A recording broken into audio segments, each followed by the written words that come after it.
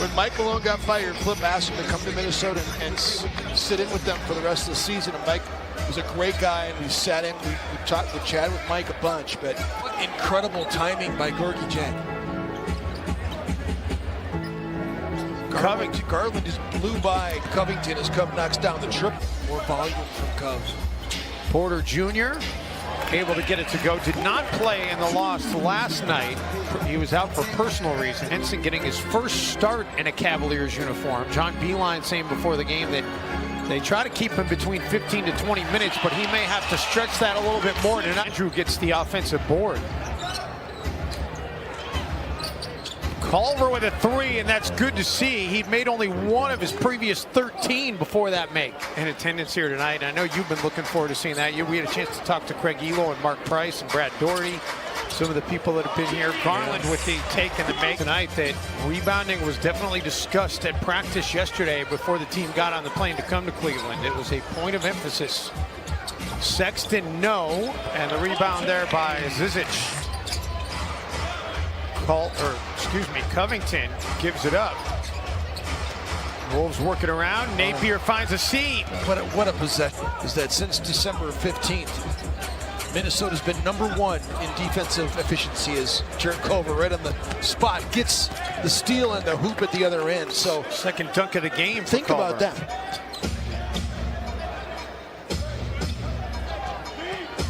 Okogie looking for a second straight bucket, and he gets it to roll in. Josh. Whether he's made him or missed him, and mainly he's been missing him, but he's still firing away. Teague finds a step on Osman, and he's got a chance for the three-point play. But he has not come out and actually demanded a trade at this point. You saw former Timberwolf Andre Patterson, who's in the, his terminology is not to NBA standards, because players don't always know what the right thing is, but they know what the wrong thing is. He was kind of college-ish, you know what I mean? It's tough to keep everybody on the same page. To me, they haven't been 30th bad. Yeah, well, you put up 84 against Cleveland last weekend. They won with 99, and Noah Vonleh with the stuff. By the way, that win the other night. Teague. Martin able to get into the paint. Martin gets around Zizic for the finish. And it seems like he's had a quick learning curve, Jim, hasn't it? Yes. Like he gets better. He gets noticeably better every week. Martin puts up the three, and he connects on the three.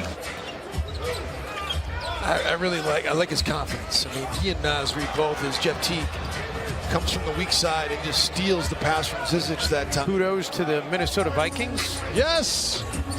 Had the exciting overtime win today over the New Orleans Saints. Dante Exum, and giving him a show of support by being there in attendance last night. Yeah, Towns and Gorgui Dieng both. Or Andrew Wiggins with the baseline action that we see Karl Anthony Towns execute with Andrew all the time.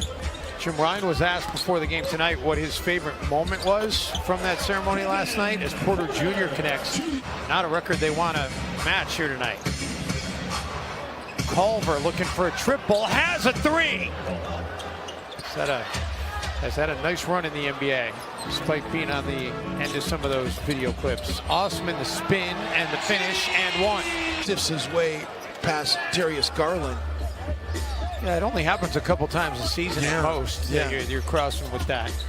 Garland able to connect. Wolves would like to get it back to double digits to take a comfortable lead into the locker room. Napier looking for three, has a three. Oh, Shabazz, just unbelievable. Gorgui the feed for Shabazz. Okogie launches. Second chance for Minnesota. Covington will try a three, and he'll connect. Sexton finally gets to the rack and able to finish. Covington gets it away and knocks it down. What a finish to this first half for the Timberwolves as they connect on 4 consecutive triples. Sexton, he can't get it to drop. Timberwolves finally clear a defensive board. Unbelievable, and then they get it back. Sexton stolen right away from Gorgui Dieng. Timberwolves, the last time they won back-to-back games, Atlanta and San Antonio, the 2 games before Thanksgiving. Covington able to flick it up and in. What a great shot. Like it hit the glass from our angle. It's the back door right there. Porter Jr., yeah. Grabbed that basketball and turned back to the middle of the floor to see who's where. Yeah, he surveyed it. He did survey, and he found Shabazz Napier streaking. And I'll say this, Jimmy, surveyed it like Kirk Cousins. The court by the training staff and some teammates, and was not able to put any pressure whatsoever or any weight on that injured leg. Napier leaves it behind the legs for Covington. Oh, it would have been too perfect for that to go down, but the Wolves get the offensive board. It's going to be the 3rd block of the game for Gorgui. He's only got 3 blocks. It seems like more. The 3 blocks match a season high for him, by the way. Exum able to get it over the outstretched arm of Gorgui Dieng. Consecutive. Make it 6 consecutive. Despite the margin, Ryan Saunders wasn't happy with his team's defense on that possession. Gorgui able to get to the right, nail each other. He was just a really generous and great guy, and the NBA is really feeling his loss with him not being here when we come to Cleveland. Yeah, just a great broadcaster. I always enjoyed listening to Cavalier broadcast for Ian Austin. And Fred always made it fun, and you know, just talking to a lot of the people that have worked with him. Shabazz, no, as he tried to get it to Gorgui, and then Shabazz scores for himself. From Jared Culver, that was beautiful. Then Minnesota had one the next game. Almost completed one right there. Sexton able to guide one in space. Timberwolves turned it over out of the timeout. I think Ryan Saunders has done a great job coaching him up too. Exum connects on a triple. Exum in transition, looking for another, has another. Wolves would like to put together a little run to start the 4th and put this thing to rest early. Game 1 of a 2-game road trip. Wolves will head to Memphis after the game tonight. Exum able to get it back to a 13-point game, however.